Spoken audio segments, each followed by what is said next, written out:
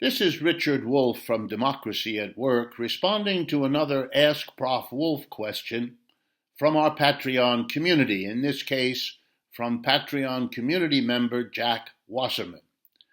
Jack asks whether the recent rise of left-wing analyses of what's going wrong in U.S. capitalism and indeed in global capitalism, he asks whether it isn't sort of matched by a right-wing set of analyses, and that these present a risk of a movement at least of the extreme right, but perhaps even fascistic. This question arises now more and more, so I'm going to take Jack Wasserman's question as a way to respond. First of all, I think everyone is beginning to see that the center cannot hold, that the middle of politics, the kind of normal that some people want us to return to, was falling apart for quite some time now, slowly but steadily, long before the coronavirus hit, well before the crash of 2008 hit, and so on. The gap between rich and poor has become so extreme over the last 40 years that it alone represents a kind of screaming signal that something is very wrong. And even if you don't think inequality is wrong, the fact that the United States in particular is a country that for most of the 20th century celebrated the fact that capitalism had created a vast middle class, a country that has heard that spoken over and over again as a major defense of capitalism, as a virtue of capitalism. That kind of a country is going to have a particularly hard time when the middle class is destroyed, when a very small portion of it is lifted up into the upper class and the vast majority of it is forced downward into what they had so proudly imagined they or their parents had escaped from. It's going to be a rough ride in the United States as that gross inequality not only festers, but is getting worse the very way that the crashes of 2008 and now this one in 2020 are being handled. Stock markets recovering quickly with limitless trillions of US dollars to help it along, while 40 million people are unemployed. It is so grotesque, it kind of fades away from consciousness because it's so painful to confront, but it sits there like other traumas do, working from the inside. So yes, the middle is disappearing. Some people, like me, move to the left and see that capitalism itself is the problem and welcome the initiatives and the movements, and they are many now, moving towards a new and better system, facing up to the weaknesses and failures of capitalism, with the basic slogan being, we can do better than capitalism, just as communities in the past figured out that they could do better than feudalism, or they could do better than slavery, etc. But there are those people who, yes, they are upset that the middle is disappearing, but they are afraid of moving in the direction of a new and different society. And the reasons for that are not so hard to figure out.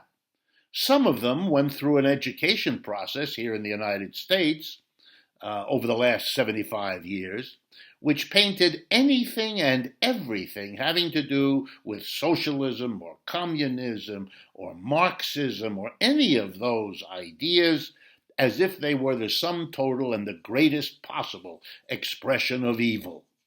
So to expect those people, even if they're dissatisfied, even if they're critical of where we are in capitalism today, to expect them to go to the left is to expect them to not pay attention for a lifetime to what they have been told by their political leaders, by their religious leaders, by their school teachers, and by their families.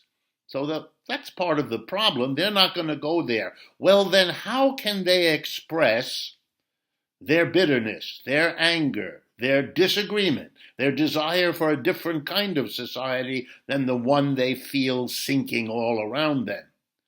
Well, those are the folks who go to Mr. Trump, for example, or who go somewhere else that allows them to be angry, to be critical, but does not require them to go anywhere near what they learned to dislike, to fear, etc. on the left.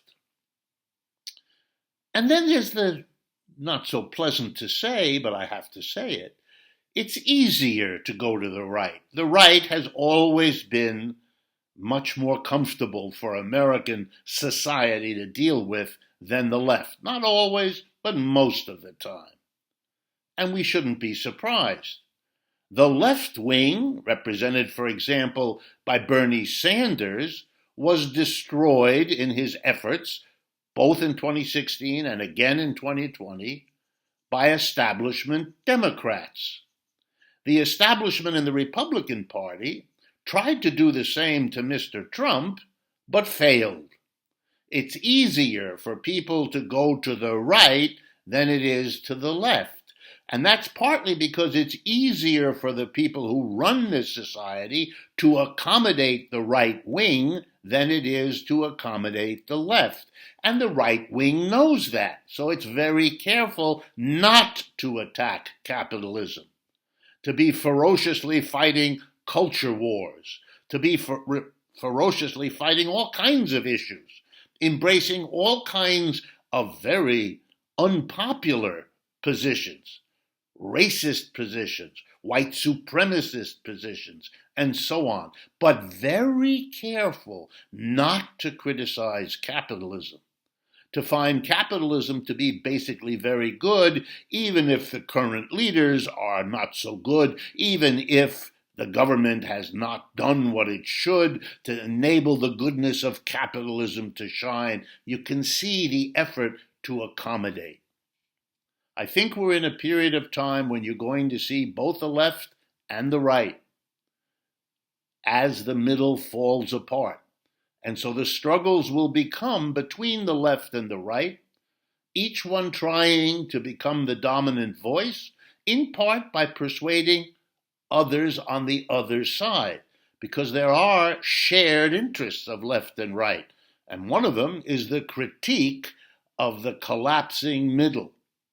It'll be very important to pay attention to these struggles in all their nuances in the years ahead, because it will be the defining political struggle of our time. This is Richard Wolff for Democracy at Work.